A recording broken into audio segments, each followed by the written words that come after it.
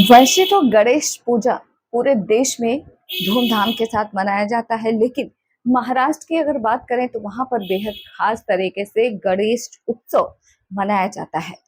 गणेश उत्सव, गणेश चतुर्थी की तैयारी काफी पहले से ही महाराष्ट्र में शुरू हो जाती है। चलिए इस पर दिखाते हैं आपको हमारी एक खास रिपोर्ट।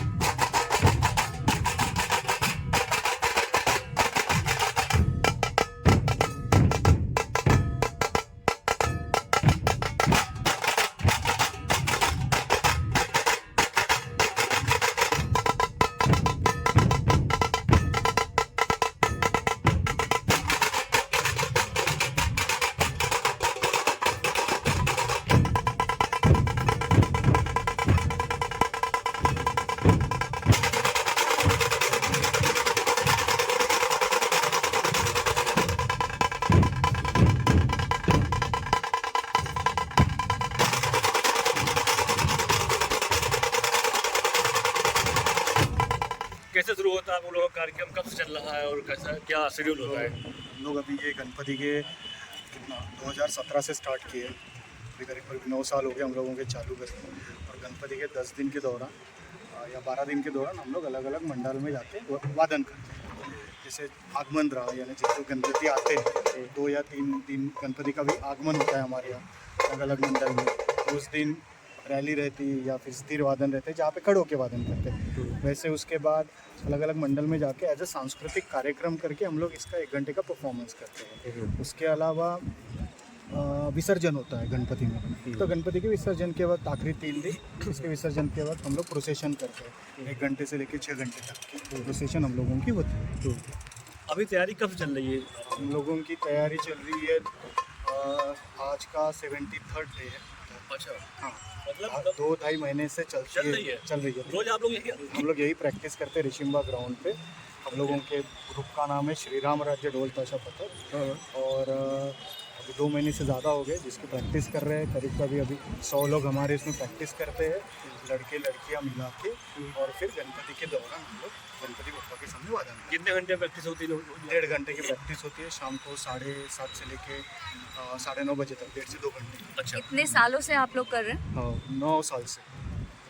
इसमें जो है सब लोग अलग अलग कोई अलग अलग प्रोफेशन से बिलोंग कैसे करते कैसे कैसे कैसे कौन हैं। जैसे मैं टीचर हूँ, मैं जापानीज़ लैंग्वेज पढ़ाता हूँ। ये बैंकर है, ये आईटी में काम करती है, कोई कंपनी वाले हैं, कोई कॉलेज गोइंग स्टूडेंट्स है, कोई गवर्नमेंट वर्कर है, कोई डॉक्टर यानी एमआरशिप कर रहे हैं। सो अलग अलग बैकग्राउंड को बिलोंग करने वाले लोग हमारे इसमें जुड़े हुए हैं। और हम लोग अभी 8 साल से अलग अलग एज रेंज है, 18 से लेके 50 के रेंज के एक ग्रुप इकट्ठा होकर कैसे आप ये कहाँ जाना है, क्या कोई आपको इनवाइट करता है, आप अपनी सुरक्षा जाते हैं क्या? तो दोनों वे से। जैसे अभी कुछ सालों से जो मंडल में हम लोग बजा रहे हैं 6-6, 7-7 साल हो गए, वहाँ पे जाके हम लोग कोई उनके फ़ोन आ जाते हैं कि इस दिन आना है, इस समय आना है। कहीं जाके हम लोगों की इच्छा होती है तो हम लोग जाके उनको पूछ लेते हैं। अगर उनके इसमें बैठ जाता है तो हम लोग वहाँ पे वादन करते हैं। तो कई बार जॉब में आप लोग छुट्टी ऐसी कुछ प्रॉब्लम हो सकता है, तो भी कैसे मैनेज करते हैं आप लोग? सब लोगों को हम लोग पहले से ही, जो लोग ज्वाइन होते हैं उनको पहले से बता के रखते हैं कि आपको 15 दिन जो है आपको ऑफिस एडजस्ट करना पड़ेगा, स्कूल एडजस्ट करना पड़ेगा, कॉलेज एडजस्ट करना पड़ेगा, बिजनेसेस एडजस्ट करने पड़ेंगे। क्योंकि जनरली जो वादन का समय होता है शाम को 7:30 से लेके उसके बाद वाला होता है। कई दिन होता है जो हम लोग शाम को 4 बजे या 5 बजे वादन शुरू करते हैं। उस दिन कोई लोग छुट्टियाँ लेते हैं, कोई ऑफिस सॉल्व उस हिसाब से उनका मैनेजमेंट चलता है। तो उसको जब सेलेक्ट करते होंगे तो पहले कि आप क्लॉज रखते होंगे कि आप जो है 15-20 दिन आपको छुट्टी लिए मैच करने पहले क्लॉज है, बिल्कुल देना पड़ता है। क्योंकि जैसे समझ लो 80 दिन लोगों ने प्रैक्टिस की और जिस दिन बजाना है वही उस दिन अगर ऑफिस में रहे या उनके काम में रहे तो उतने 80 दिन के प्रैक्टिस का कोई फ़ायदा नहीं होता है ना हम लोग। ऐसा भी होता है कई बार लोग बोले कोई मान नहीं जॉब छोड़ दे रहे हमारा नहीं। और ये जो है ना, ये हम लोग एज अ हॉबी बजाते हैं, ये बिजनेस नहीं है, इसमें से किसी को पैसा नहीं मिलने वाला। हम लोग वादन का पैसा लेते हैं तो ये आवरली बेसिस के ऊपर डिपेंड करता है। कितना लेते हैं हम लोग? 30,000 कहीं 40,000 लेते हैं, ऐसा रहता है। बट उसमें का जो है हम लोगों का मेंटेनेंस होता है। जैसे अभी तो जो जिसके ऊपर हम लोग वादन कर रहे हैं वो अगर फटते हैं तो उसका एक्सपेंसेस होता है। कितना लगभग कितना कॉस्ट पड़ती होगी? एक ढोल की कॉस्ट हम लोग को 7,000 के करीब जाती है। हम लोग पुणे से पूरा साहित्य मंगवाते हैं। एक पान अगर जो है साहित्य अगर वो फटता है तो उसका 1,000 करीब खर्चा होता है हम लोगों का। तो वो है, उसकी मेंटेनेंस कॉस्ट है, सब लोगों का खाना पीना है, गणपति के दौरान ट्रांसपोर्टिंग होता है, ये सब चीज़ों में एक्सपेंसेस होते हैं। और जो कुछ बच जाता है तो हम लोग डोनेट करते हैं या जो फिर अगले साल की इसकी हम लोग प्रोविज़न करके रखते हैं। तो उसे अपने उस पर खर्च नहीं करते हैं? नहीं, डोनेट करते हैं, कहीं कुछ करते हैं। ये हम लोगों खुद के बिजनेस के लिए नहीं है, सबका सेटल्ड है, फाइनेंशियली सब वेल सेटल्ड लोग हैं। इस हिसाब से हम लोग शौक के हिसाब से गणपति बप्पा के हम लोग ये